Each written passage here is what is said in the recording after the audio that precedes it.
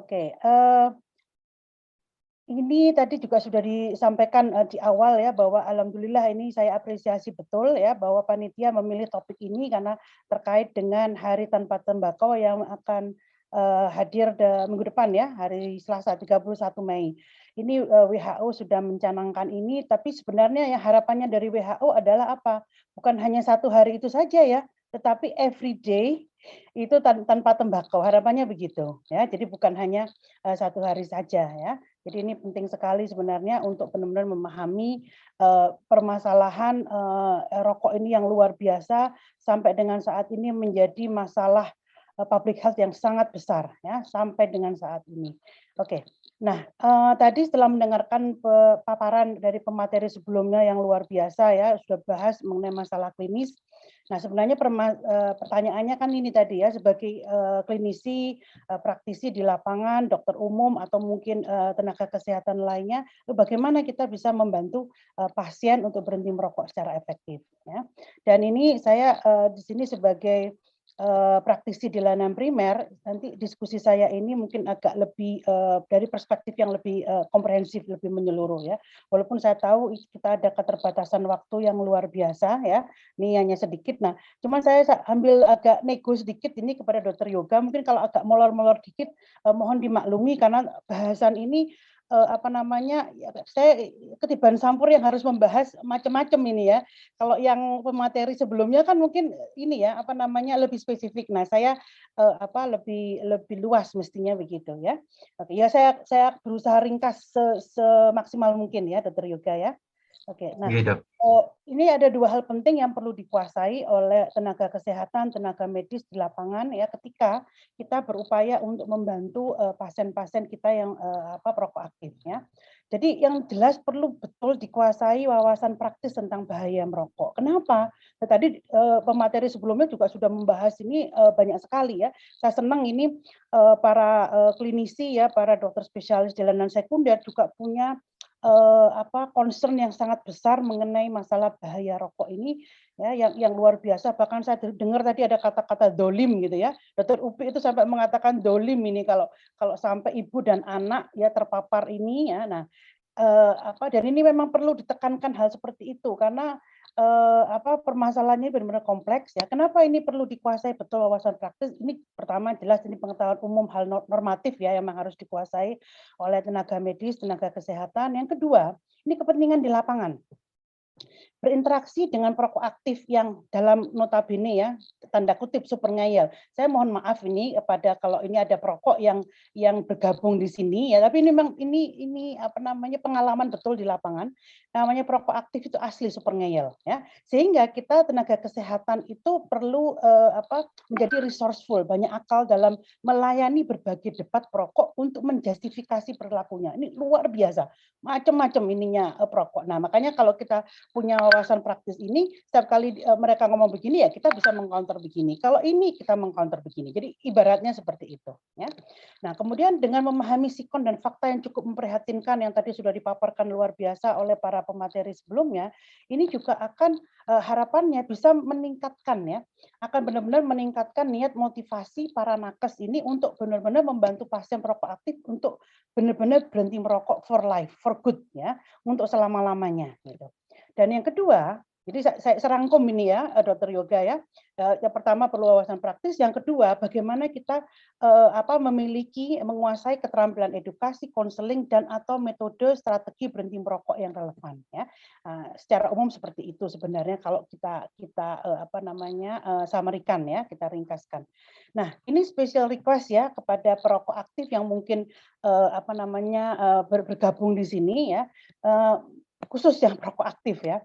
Apalagi tadi kan sudah dibahas mengenai apa, epidemiologinya ya, dari sekian orang itu sepertiga ya populasi di Indonesia itu adalah perokok. Jadi mungkin ini ada yang merokok ya, perokok aktif yang mengikuti acara, apa, hari ini ya. Jadi mari pahami paparan ini dengan menggunakan 2 hal, akal sehat dan hati nurani yang bersih. Ini saya request betul ya, kenapa?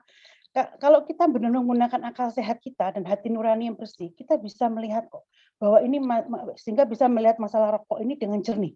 Karena nggak masuk logika manapun sebenarnya dari sisi kalau kita membahas apapun ya dari sisi kesehatan ya, ekonomi, agama, sosial, itu semuanya itu menyalahi gitu loh, menyalahi sunatullah sebenarnya kan begitu ya. Nah, ini tapi kita tahu kenapa kok perokok aktif itu seperti itu ya apa tadi sudah banyak dibahas oleh pemateri sebelumnya. Jadi ini mohon gunakan akal sehat dan hati nurani yang bersih ya. Karena kalau begitu kita menggunakan ini itu langsung mendapatkan insight ya, misalnya jadi kayak aha moment ya, oh iya ya, ini waktunya saya berhenti. Sudah nggak benar ini. Nah, mestinya seperti itu ya. Akal sehat dan hati nurani yang bersih. Oke, nah kemudian kawasan praktis tentang bahaya rokok secara umum sebenarnya kalau kita rangkum itu ada yang tentang aspek umum kesehatan masyarakat, lalu kemudian aspek kesehatan klinis yang tadi sudah banyak dibahas oleh pemateri sebelumnya. Oke, nah saya tidak banyak membahas itu, cuma nanti hanya menguatkan beberapa hal. Kemudian aspek ekonomi ini harus dibahas supaya membuat perokok aktif itu ngeh gitu. Dan dari pengalaman di lapangan, ketika kita bahas betul mengenai masalah ekonomi, lalu mereka bisa mendapatkan insight-nya. Oh iya ya, waduh, ternyata aku wis boros selama ini gitu ya. Nah, mungkin itu bisa membantu. Nah, kemudian juga ada aspek sosial, aspek agama. Tetapi dalam sesi siang hari ini saya tidak akan membahas ini karena terlalu banyak nanti luas sekali ininya ya, waktunya sangat terbatas. Nah, apakah ini kita sebagai praktisi di lapangan apakah tahu fakta-faktanya dan kita harus memahami the big picture-nya seperti apa gitu ya. Oke, nah kemudian ini secara umum aspek yang umum atau aspek kesehatan masyarakat ya kita tadi sudah tahu ya Indonesia selalu juara. Sayangnya juaranya itu selalu yang tidak positif ya, termasuk untuk perokok aktif ini kita sampai dengan sekarang masih nomor 3 sedunia di bawahnya India dan Cina ya. Termasuk juga kalau di ASEAN kita leading jelas sudah pasti kalau di ASEAN ya Indonesia itu untuk hal smoking ini terkait perilaku Indonesia smoking itu luar biasa juara lagi gitu ya, lagi-lagi hal tidak positif. Nah, kemudian tadi juga sudah dibahas dari awal tadi Dokter Iman ketika menjadi moderator juga membahas ini ya 2/3 dari laki-laki di Indonesia itu adalah perokok aktif. Kalau populasinya itu sepertiga perokok aktif, tapi kalau dari laki-laki 2/3 ya. Ini kita menjadi sorotan betul ya di dunia internasional karena mengenai prevalensi perokok yang luar biasa di Indonesia dan sebenarnya kalau kita lihat itu kenapa seperti itu ya kita tahu itunya seperti apa akan terkait dengan kebijakan publik ya. Lalu kemudian ini Indonesia ya, jadi luar biasa. Termasuk yang sangat memprihatinkan adalah di ASEAN, kita lagi-lagi juaranya untuk anak yang remaja. Kita juara ya, banyak sekali yang ini bahkan bisa di bawah 13 jadi 10 sampai 12 tahun sampai 13 tahun itu datanya banyak sekali. Ini saya cuma mau memotret sedikit tapi muka-muka ini menggambarkan ya. Artinya apa? Kita itu mengerikan sekali yang kita hadapi di Indonesia. Tadi di awal Dr. Poppy saya senang sekali juga menggambarkan ini artinya supaya kita bisa lebih waspada terhadap apa yang ada di sekeliling kita ya. Dan laju pertumbuhan perokok remaja di Indonesia luar biasa, kita juara tercepat di dunia. Kita bisa lihat dari data Riskesdas ya 2007, 2013, 2018 itu peningkatannya luar biasa. Ini hanya ada di Indonesia. Ini perlu kita semua ya para tenaga kesehatan memahami ini dan kenapa itu terjadi.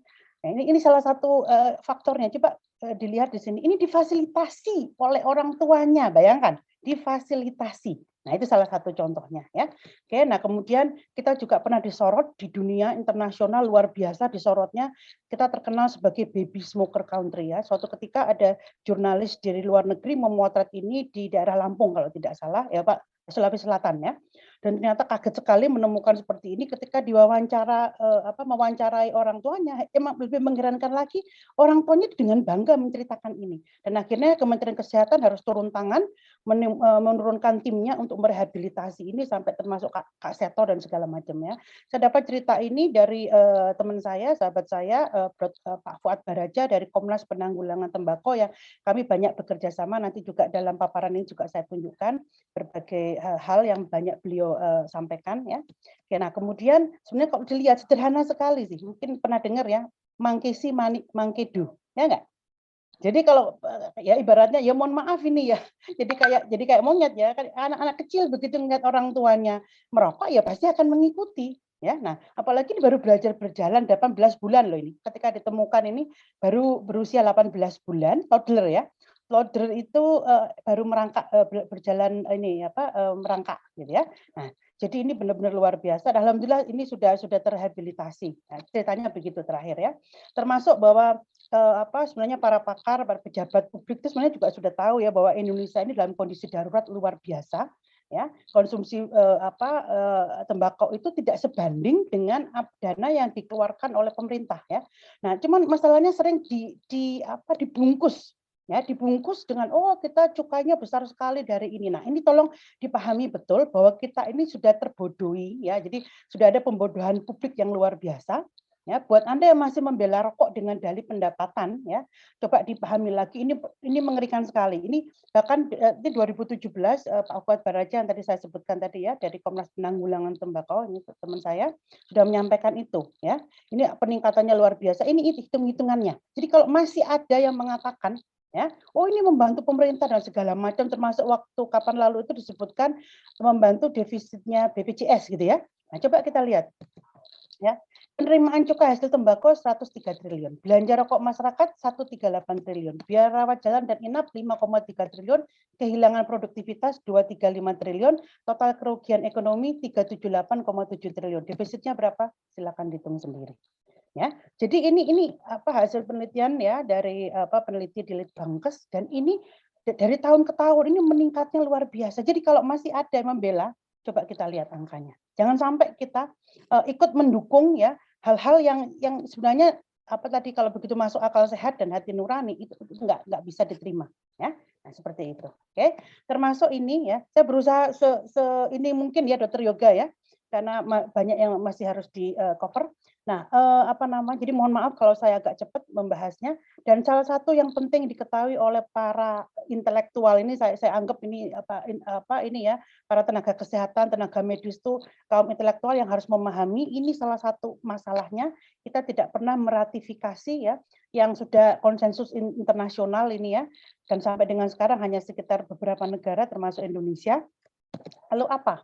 Ini ceritanya panjang sekali mengenai ini, tapi intinya adalah implikasinya bagaimana. Kita tahu lobby-lobby dari perusahaan rokok itu luar biasa, ya. Ketika di negara lainnya itu mereka kebijakan publiknya ketat, melindungi masyarakatnya, mereka tahu di Indonesia enggak, ya, karena enggak pernah meratifikasi ini sehingga FCTC tadi, sehingga akhirnya lari ke Indonesia, dan ini namanya industri ya, perusahaan rokok multinasional itu berlomba-lomba datang ke Indonesia dan mereka benar-benar merekrut replacement dari smokers. Coba kita lihat teman Bapak Ibu semua, teman sejawat ya, sebelah kiri itu mereka tahu bahwa yang perokok itu nanti lama-lama akan meninggal dengan cepat ya, dengan cepat meninggalnya. Jadi premature death, mereka harus segera merekrut baru.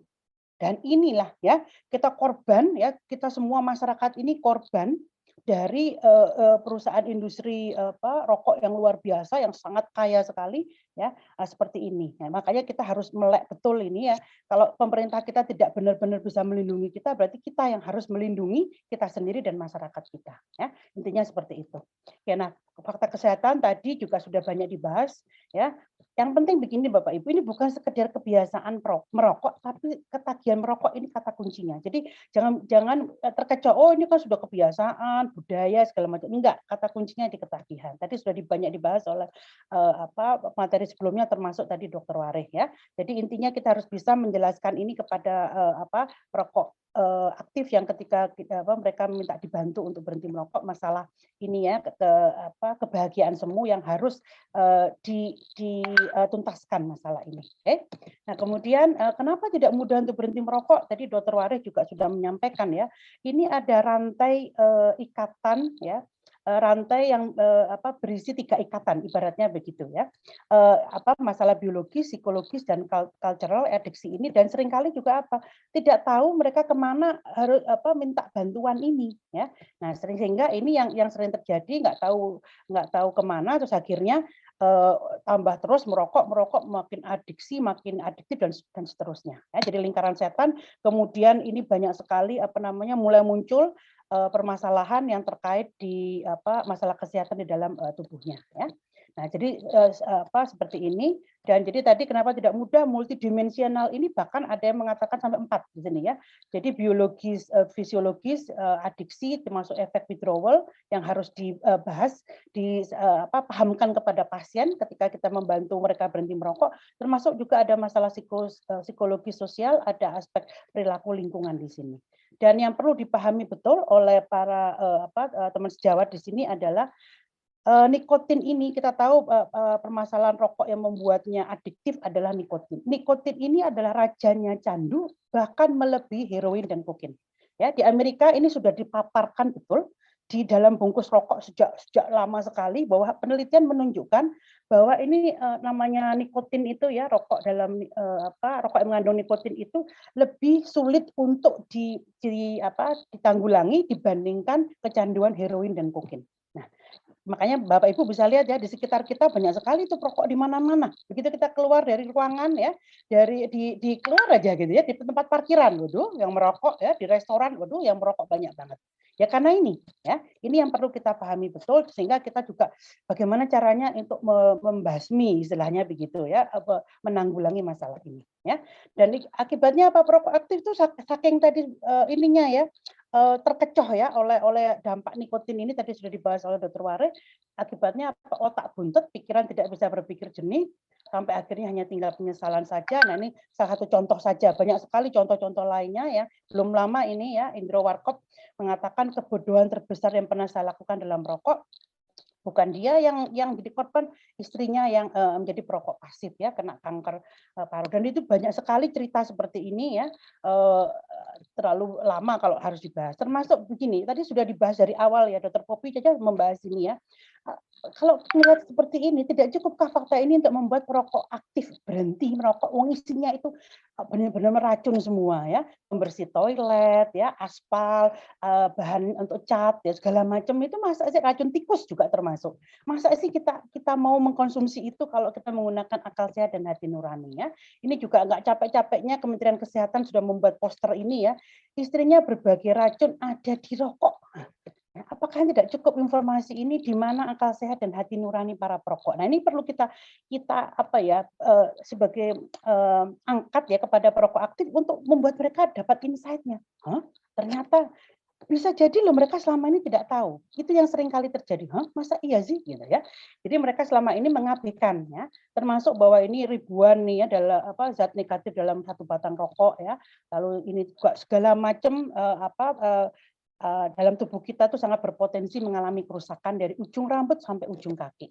Ya, termasuk di sini kita pun alhamdulillah sebenarnya kebijakan publik kita ya, kesehatan masyarakat sudah jauh lebih baik dibandingkan dulu. Sekarang sudah ada gambar-gambar ini di bungkus rokok seperti halnya di luar negeri.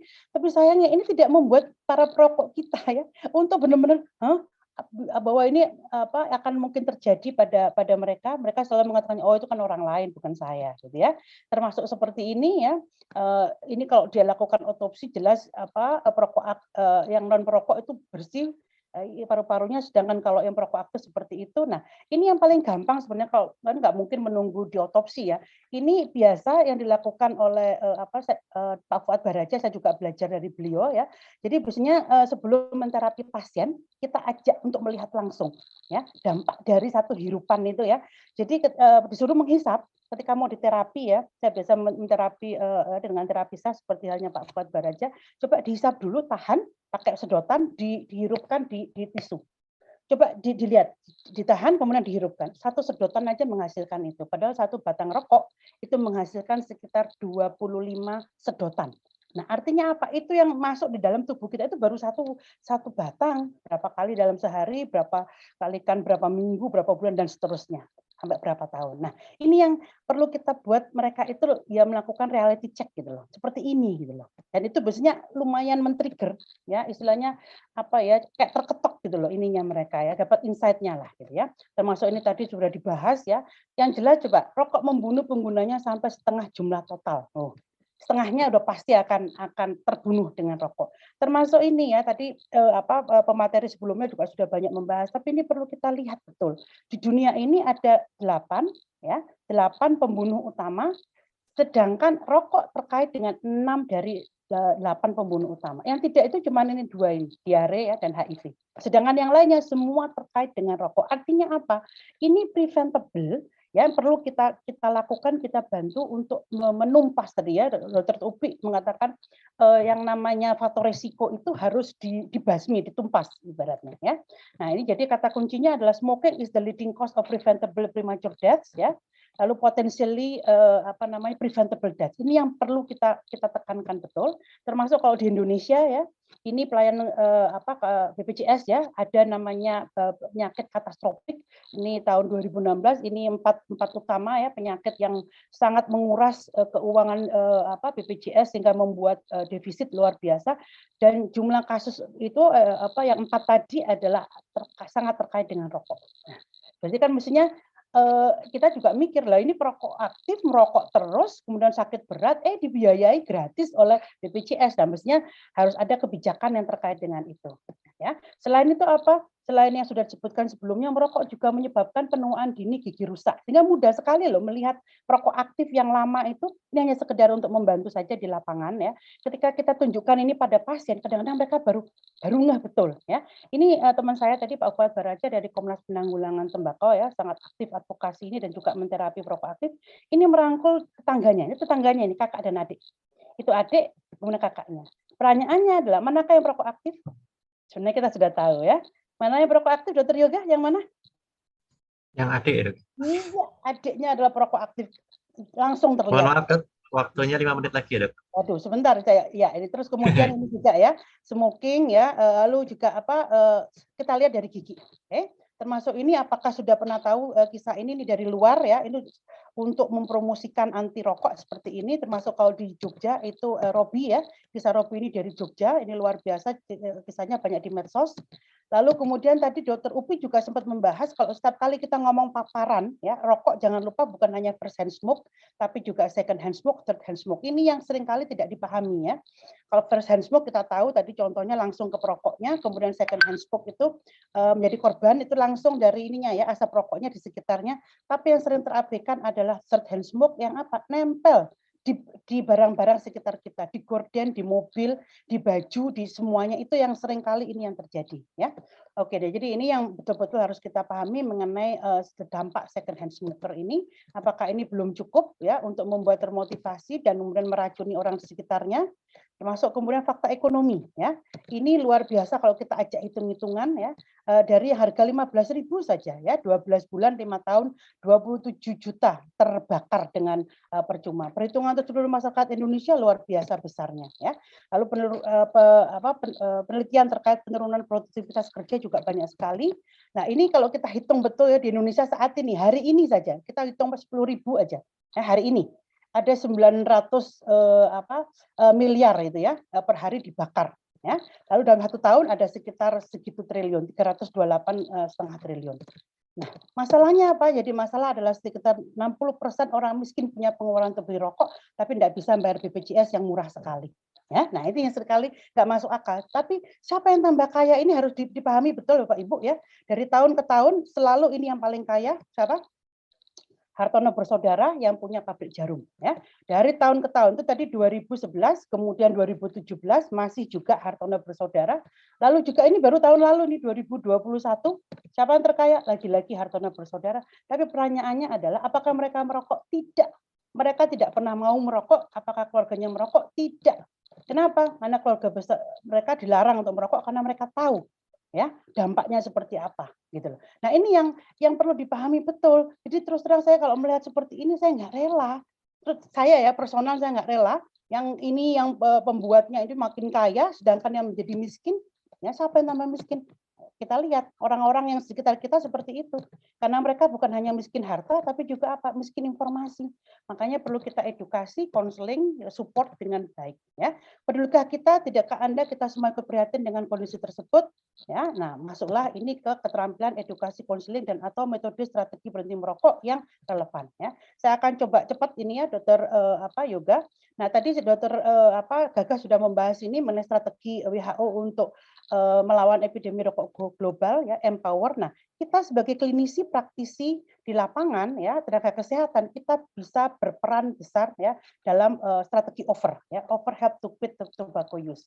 Dan ini sebenarnya sangat terkait dengan program-program pemerintah kita ya, Kementerian Kesehatan dulu PHBS, tidak merokok sudah jelas. Cuman sayangnya saya tidak setuju dengan PHBS karena kata-kata dalam indikatornya adalah tidak merokok dalam rumah. Artinya apa? Masih memfasilitasi untuk berhenti merokok ya.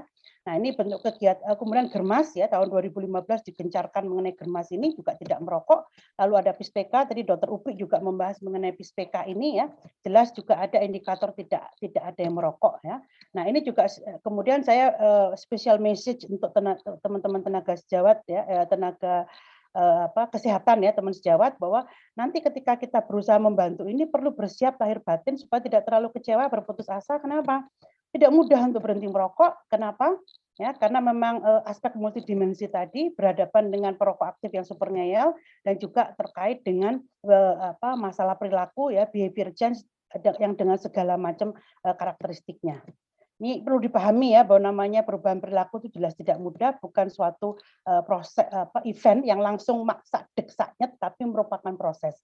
Nah, ini supaya kita nggak terlalu frustasi. Wah, saya sudah ngomong ke pasien nih, tapi bukan hanya frustasi, kadang-kadang malah marah gitu ya. Nah, seperti itu. Nah, intinya sebenarnya kalau kita melihat upaya berhenti merokok, 70% perokok itu ingin berhenti merokok ya, dari berbagai studi ditunjukkan. Sedangkan 5-10%, mungkin 7-9% melakukan tanpa bantuan. Terapi dari dokter itu menjadi 10,2%. Nah, kalau adanya kombinasi ya, farmakologi, psikoterapi, dukungan sosial, ini bisa efektivitasnya sampai 35%. Nah, jadi terapi kombinasi lebih efektif untuk pasien. Nah, berbagai data menunjukkan mulai dari systematic review meta analisis tahun 2006 ini awal-awal dulu ya. Jadi ada obat-obat yang cukup efektif adalah NRT, tadi sudah dibahas juga, nicotine replacement therapy, baik itu sebagai patch maupun permen karet. Lalu ada bupropion dan varenicline ya. Yang kebetulan ini juga menjadi varenicline ya, yang menjadi judul dari seminar CME pada hari ini ya. Nah, cuman sekarang di Indonesia ini yang perlu dipahami betul, apakah ini gimana kira-kira dengan ini ya. Ini perlu dipahami bahwa ini tidak relevan untuk Indonesia, karena tidak cost efektif. Kenapa? Kita harus lihat dengan harga rokok ya. Di Indonesia jauh lebih murah dong beli rokok ya. Bagi perokok aktif ya mending kita ngerokok daripada beli obatnya yang mahal sekali ya. Dan itu seringkali nggak ada. Beda dengan di luar negeri, ini masih bersaing karena satu bungkus rokok di luar negeri itu sekitar 150 sampai 250.000 ya. Sedangkan harga ini ya itu kan kalau obat ini kan sangat mahal, mungkin satu ini aja mungkin puluhan ribu ya. Jadi nggak relevan sama sekali, sehingga kita harus mencari cara yang lain dan juga seringkali jarang tersedia ya. Termasuk ini berbagai data juga menunjukkan jadi perlu suatu terapi intervensi, behavioral intervensi maksudnya ya, intervensi perilaku ya. Tadi juga dibahas oleh Dr. Waris, sehingga ini salah satu di antaranya dari systematic review ini adalah yang 5A. Ini terbukti efektif untuk membantu ya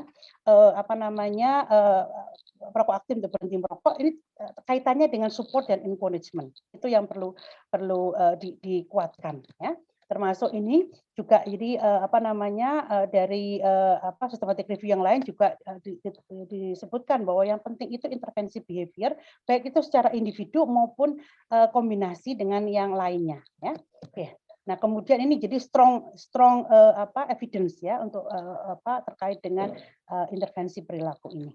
Oke.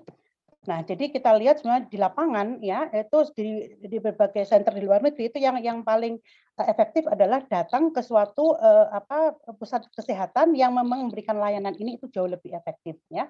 Lalu juga ada yang disebut metode lainnya, termasuk yang cold turkey itu yang sakit, jadi langsung berhenti merokok begitu saja. Cuman ini memang evidence-nya seringkali menunjukkan ini tidak terlalu untuk jangka panjang. Tetapi sebenarnya kalau di lapangan kita juga bisa lihat ini cukup ini juga saya melihat beberapa contoh pasien dan keluarga yang melakukan seperti ini ya. Tapi yang jelas adalah tadi dari Dr. Gaga sudah menyampaikan dari asosiasi kardiologis dan juga dari WHO, rekomendasinya adalah abstinence, karena ada yang namanya tapering method, jadi pelan-pelan dikurangi termasuk frekuensinya, waktunya, segala macam, itu tidak terlalu apa namanya membantu.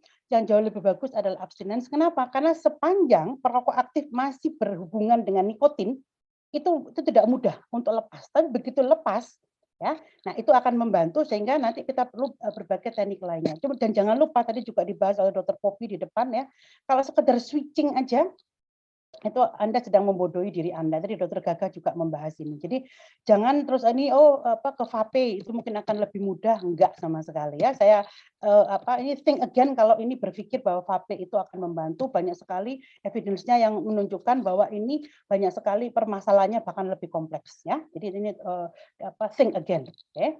Nah, kemudian diperlukan beberapa strategi metode berhenti merokok lainnya ya. Tapi yang penting begini Bapak Ibu semua, teman sejawat, bagi ini praktisi klinisi ya di layanan primer ada prinsip strategi yang perlu ditekankan. Ini meminimalisir penggunaan obat, menggunakan metode yang cost efektif dan juga jangan lupa memberdayakan pasien, keluarga dan komunitas masyarakatnya. Salah satu yang sederhana di lapangan ini dari New Zealand ya, itu adalah teknik ABC ya. Jadi setiap kali kita ketemu pasien, tanyakan yang sederhana, hanya 1 menit mungkin 1-2 menit. Tanyakan lalu give brief advice, kemudian tawarkan untuk entah dibantu atau dirujuk atau disampaikan bahwa di sana itu ada pusat untuk smoking cessation program. Jadi program untuk berhenti merokok. Yang penting dia itu tahu bahwa ketika dia melakukan itu tidak betul. Jadi masuk ke dalam otaknya. Nah, setiap kali ketemu dokternya diingatkan itu lama-lama ya muka-muka nyantol juga gitu ya. Karena ternyata evidence-nya menunjukkan ya, kalau no advice at all, abstinence ini hanya 7,9%, tapi dengan persistent advice ini bisa meningkat ya ininya. Dan sebenarnya kalau digali yang namanya pasien itu berharap betul bahwa ini akan mendapatkan advice dari dokternya untuk berhenti merokok, lalu bagaimana resources untuk bisa mencapai itu ya. Nah, kemudian dari WHO guideline ini sudah kita tahu bersama, sudah mengeluarkan ya guideline WHO ini ya, adalah mengenai 5 intervensi singkat katanya. Brief tobacco intervention di primary care dengan menggunakan 5A 5R tadi systematic review tadi sudah menunjukkan itu ya meta analisisnya, dan ini bisa dilakukan oleh very busy clinicians. Jadi klinisi yang sibuk di lapangan ya di prakteknya itu bisa melakukan ini kurang dari 3 menit. Itu kata WHO. Jadi ini sangat membantu pasien untuk berhenti merokok ya. Nah, 5A ini 5A 5R ini kemudian dimodifikasi oleh Kementerian Kesehatan menjadi 4T ya. Tanyakan, telaah, tolong dan nasihati tindak lanjut. Cuman kalau saya personal saya lebih senang tetap menggunakan 5A dan saya juga mengajarkan di Fakultas Kedokteran S1 maupun di profesi ya. Itu tetap menggunakan 5A supaya tidak ada yang terlewat karena kalau 4T disederhanakan bahkan ada beberapa hal yang terlewat, termasuk ini yang perlu kita tekankan tadi 5A-nya tadi ya, ask, advise, assess, assist, arrange. Lalu juga kita bisa informasikan kepada pasien adalah 5D untuk memfight ya adanya craving ya. Tadi Dokter Waris sudah membahas mengenai craving, keinginan untuk merokok lagi walaupun dia mungkin sudah berhenti. Lalu 5R ya, 5R kalau itu yang belum benar-benar bisa berpikir untuk berhenti merokok. Nah, sehingga apa? Kalau kita lihat secara umum ya, ini penting untuk dikuasai oleh petugas kesehatan. Jadi 5A ini sederhana ya. Nah, yang perlu dipahami adalah ketika kita membahas advice ya, itu dari WHO perlu ininya kita adalah clear, strong, and personalized. Jadi jelas banget, jangan sampai kita mengatakan begini kepada pasien, Pak, kalau bisa berhenti merokok ya. Ya kata dokter kalau bisa, lah saya enggak bisa. Jadi kita harus mengatakannya begini, Pak, penting sekali bagi Bapak untuk berhenti merokok karena personalized ini makanya kita tanya dulu di Asia, situasi pasien mungkin sudah sakit-sakitan, batuk-batuk ya, atau ada anak kecil, istrinya hamil, masa dia masih merokok? Jadi kita personalize-kan ya, kemudian kita assess di sini dengan stages of change ya. Ini perlu dipahami betul mengenai tahapan ini dan juga assist-nya strategi 5D atau plus metode lainnya. Tapi yang jelas untuk farmakoterapi di Indonesia tidak relevan. Tadi saya sudah sampaikan ya. Nah, ini stage model itu kita perlu pahami ada tahapan pre-contemplation, contemplation, preparation, action, maintenance ya. Nah, ketika kita menemui pasien dengan pre-contemplation, kita harus masuk ke tahap 5R. Ya, jadi ini kita dalami lagi kenapa kok seperti seperti itu. Ketika kita melihat pasien masih belum berpikir apa-apa, kita perlu tanyakan beberapa hal seperti ini ya. Lalu ini contoh yang kita lakukan di klinik berhenti merokok di klinik Pratama Firdaus. Ini sebentar lagi mau selesai Dokter Yoga ya. Jadi ini intervensi upaya berhenti merokoknya, ini diintervensi dengan konseling 5A plus terapi SAFE di assist-nya ya, karena tadi bisa macam-macam termasuk obat, tapi kalau saya memilih teknik yang memberdayakan pasien ya. Nah, di sini terapi SAFE merupakan novel therapeutic option post smoking cessation ya, bisa juga sebagai terapi alternatif untuk berhenti merokok. Ini gabungan dari EFT ya, emotional freedom technique ditambah spiritualitas, kemudian tambah mindfulness ya, mindfulness terapi, jadi menguatkan aspek spiritualitasnya, keikhlasan, kepasrahan untuk minta bantuan ke Allah langsung. Dan ini kalau mindfulness pun itu sudah banyak evidence-nya ya di negara barat, itu banyak sekali membantu pasien-pasien dengan penyakit kronis. Dan ini juga terapi SAFE sedang diteliti untuk berbagai masalah kesehatan lainnya. Ini yang di klinik Firdaus, ini ada klinik berhenti merokok ya. Jadi kita tambahkan terapi SAFE ini dengan Pak Fuad Baraja, itu sudah cukup lama kita bekerja sama. Ketika membuka klinik berhenti merokok di Firdaus saja kita mengundang beliau. Beliau ini dari Komnas Penanggulangan Tembakau menulis buku yang membongkar ya. Ini benar-benar membongkar praktek busuk perusahaan rokok besar di Indonesia, makanya beliau juga sering terancam itu ya. Ininya ya, termasuk mungkin berdampak juga kepada dulu pemain sinetron ini ya, Jin and Jun. Akhirnya juga mungkin berdampak kepada ininya main di sinetron ya. Nah, intervensi dari berbagai pihak lah. Tapi bagi beliau yang penting bisa membantu banyak orang ya untuk melakukan ini.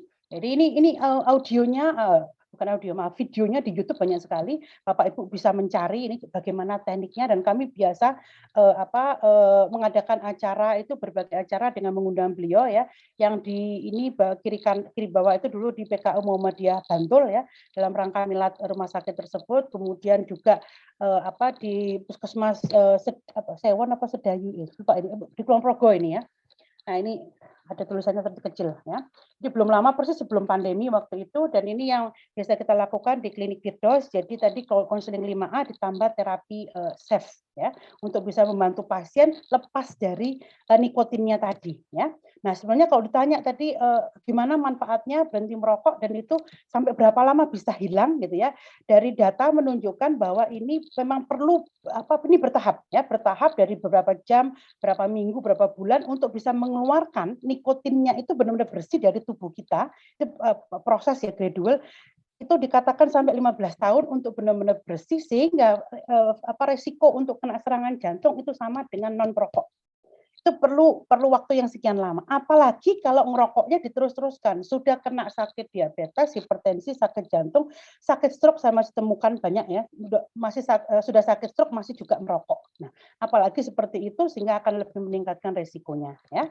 Oke, kemudian kendala upaya berhenti merokok, ini masalah psikologis perilaku karena memang untuk menahan diri ya segala macam, lalu juga lingkungan sosial tidak ada dukungan, lalu yang seringkali ketika sudah berhenti merokok begitu masuk ke ininya ya, teman-temannya ngerokok semua.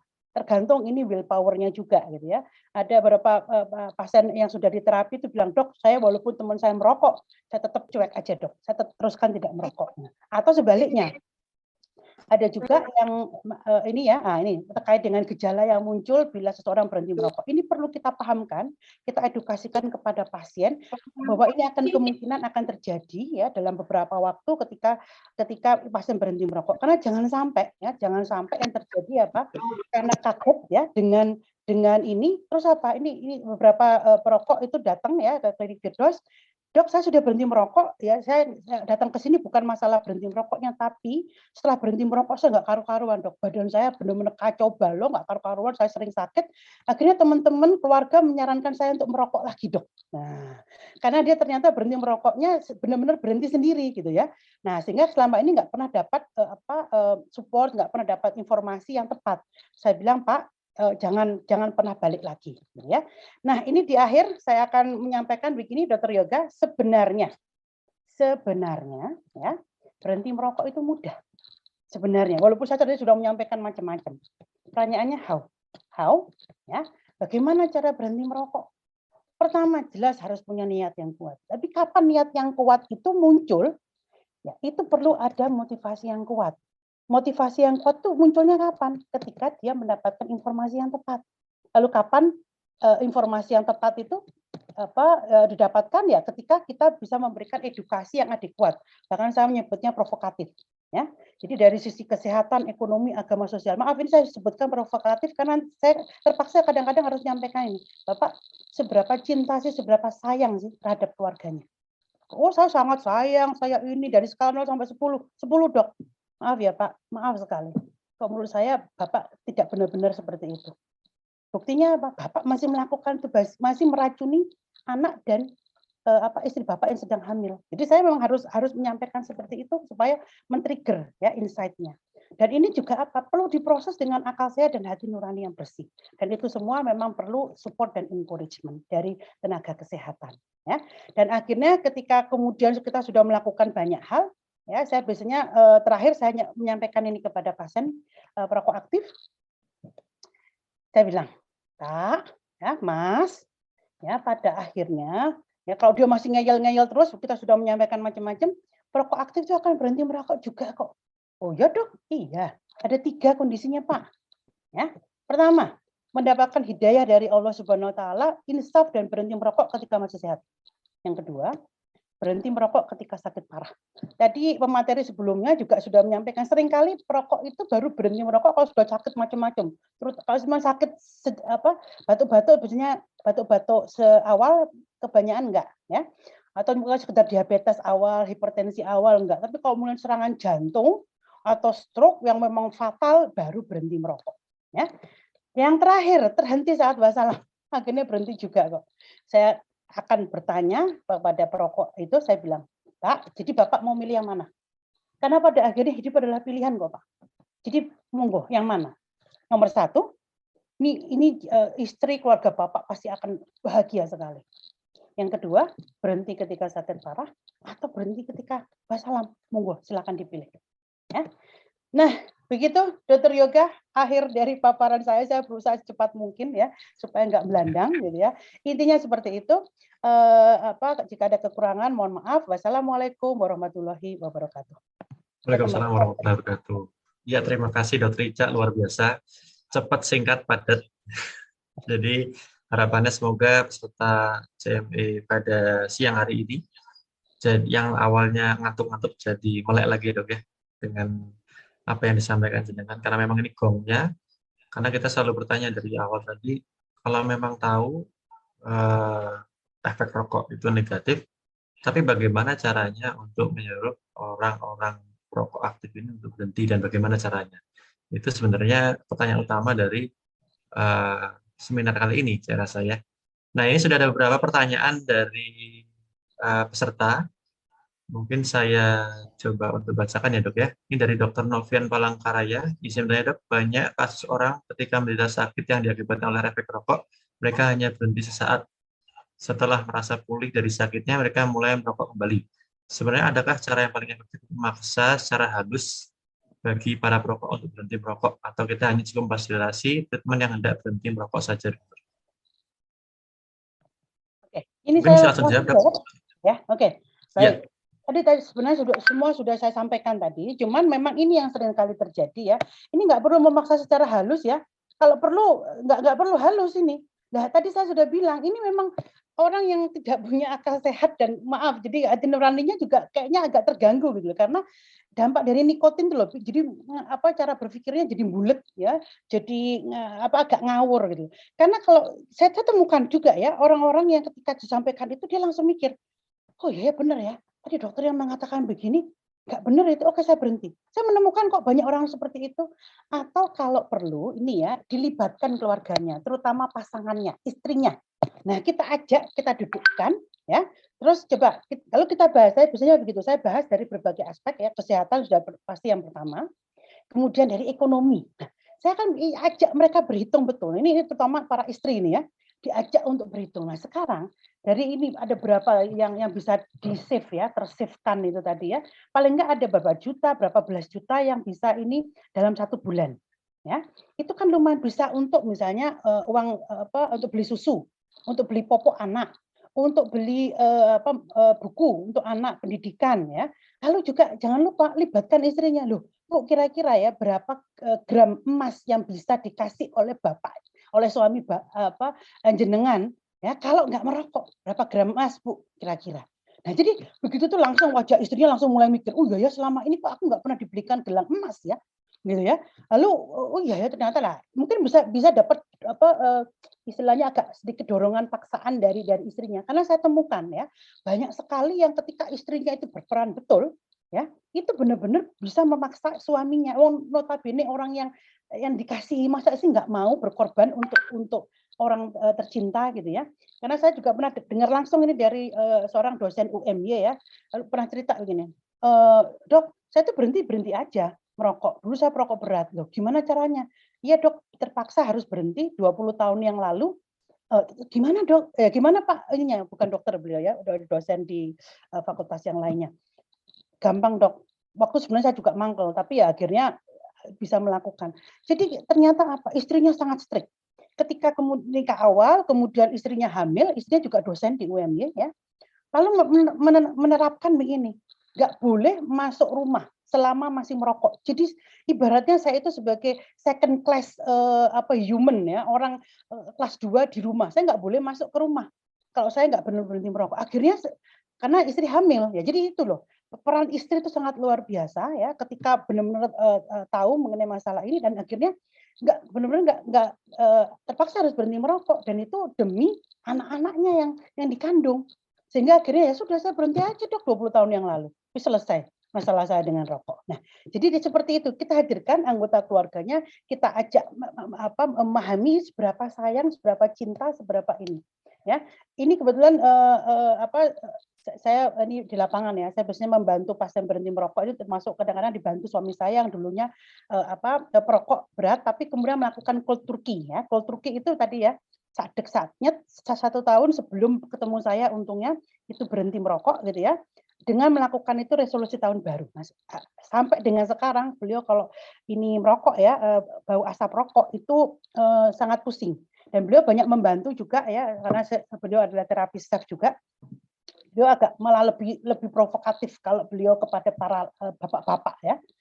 Nanya seperti yang saya tanyakan tadi, seberapa sayang sih pada istrinya? Ya. Oh sayang, enggak. Maaf ini kata-kata istilahnya suami saya di antara laki-laki yang laki-laki ngomong ke laki-laki, bullshit, digituin sama suami saya. Jadi agak provokatif. Nah, kalau memang sayang ya pasti akan berusaha toh, ya. Berhenti demi keluarga tercinta men-save uang. Jadi kita ajak untuk berbagai aspek termasuk masalah agama, ya. Udah jelas kok ya dalam kalau kita di Muhammadiyah kan memang dilarang ya. Haram ininya dan ini kan juga kalau di Arab Saudi kan juga jelas ya haram ininya ya. Nah, jadi itu kita bahas dari berbagai aspek supaya bisa membantu menguatkan motivasi niatnya ini tadi. Gitu. Jadi itu tadi ya jawaban saya. Semoga bisa membantu ininya ya. Karena memang diperlukan ini. Maka tadi saya minta kepada teman sejawat ya harus bersiap supaya tidak kecewa. Ya, jadi karena mereka ini super ngeyel asli, gitu. Ya. Jadi intinya seperti itu kok. Ini termasuk ini pertanyaan kedua ini ya, Dokter Yoga ya. Iya, lanjut aja. Dolok Saribu ya. Jadi memberikan edukasi kepada suami, apalagi nih ibu hamil tadi Dokter Upi sampai bolak-balik menyampaikan dolim. Ya, kalau sampai suami istrinya hamil masih merokok, dolim namanya. Karena kita tahu efeknya pada bayi ya, luar biasa gitu. Nah, jadi begitu mungkin ininya diajak ngobrol dan memang diperlukan ini ya, perlu dibawa kepada memang orang yang terapis atau yang memang konselor berhenti merokok untuk bisa menguatkan ini. Ya. Jadi harus dilihat dari berbagai aspek tadi. Manfaatnya pasti jauh lebih luar biasa dibandingkan mudorotnya. Ya. Jadi dipaparkan berbagai aspek gitu. Terus apalagi ini?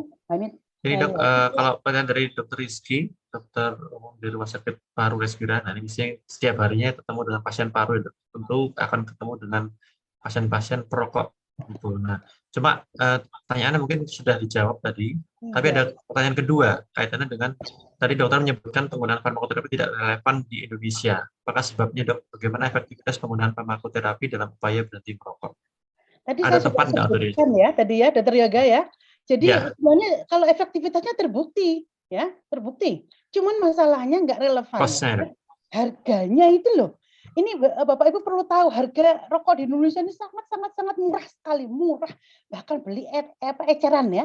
Anak SD itu ya, anak SMP itu bisa beli eceran dan tanpa aturan, nggak boleh maksudnya tidak dilakukan peraturan yang berlaku misalnya pakai KTP segala macam seperti di luar negeri ya. Nggak ada ininya sama sekali, sangat murah, cuma berapa ya? Kalau satu biji itu berapa berarti ya dokter? 1.000, 2.000 mungkin ini ya. Dibandingkan harga obatnya tadi ya, varenicline ya, bupropion itu sekitar puluhan ribu. Dan sekarang bagi perokok ininya aktif, ya mending saya ngerokok tuh daripada saya beli itu rugi katanya. Ya enak banget kok merokok itu wus lagi gitu. Jadi itu tadi sebenarnya makanya kita harus cari strategi ya. Termasuk tadi Dokter Wari pun sudah menyampaikan ya. Jadi kalau kita mau memberikan strategi untuk berhenti merokok ini juga yang tadi bukan hanya masalah klinis saja, masalah kesehatan, tapi masalah psikologisnya, kemudian masalah budaya ya, masalah apa tadi yang karena multidimensi tadi loh, gitu loh. Nah sehingga kalau cuma hanya obat saja itu kan hanya masalah klinisnya saja. Nanti ada withdrawal effect segala macam. Jadi ini perlu diberdayakan pasiennya. Makanya perlu diedukasi dulu yang adekuat, baru kemudian dilakukan tambahannya apa, di assist-nya itu. Yang konseling 5A itu kan ada assist-nya. Menggunakan apa? Ada yang menggunakan hipnoterapi, ada yang menggunakan macam-macam lah tekniknya ya, termasuk kalau saya menggunakan terapi step ini karena sangat memberdayakan. Ya. Kita ajak betul, ini memohon berdoa kepada Allah, kemudian terapi. Jadi ibaratnya terapi ikhlas pasrah, dan juga kemudian kita ajari mana yang perlu di-tapping. Ketika craving-nya muncul, itu mana yang perlu di-tapping. Sehingga dia, oh iya ya, sekali mulai muncul lagi, di ini lagi. Sampai akhirnya dia terbiasa tanpa rokok, tanpa rokok yang intinya adalah di nikotinnya. Gitu. Intinya seperti itu. Ya. Oke, terima kasih Dr. Ica. Mungkin sudah cukup ya? Iya, mungkin sudah bisa menjawab dari pertanyaan peserta. Bagi peserta yang masih ada pertanyaan, mungkin bisa menyampaikan di kolom chat. Dan perlu saya cukupkan sekian karena keterbatasan waktu. Sebagai closing statement bahwa tenaga kesehatan, terutama kita yang hadir pada kesempatan kali ini, perlu adanya pengetahuan umum yang harus dikuasai oleh tenaga kesehatan yang nantinya bertemu langsung dengan pasien-pasien yang ingin berhenti merokok. Kemudian tenaga kesehatan juga harus resourceful, banyak akal untuk melayani debat pada perokok untuk justifikasi perilaku mereka.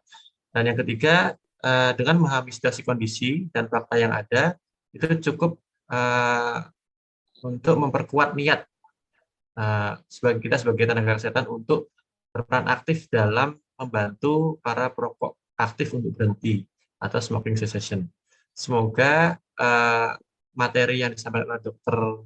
Ica bisa bermanfaat dan bisa diaplikasikan langsung ke lapangan, sehingga harapannya ini bisa membawa manfaat untuk orang banyak.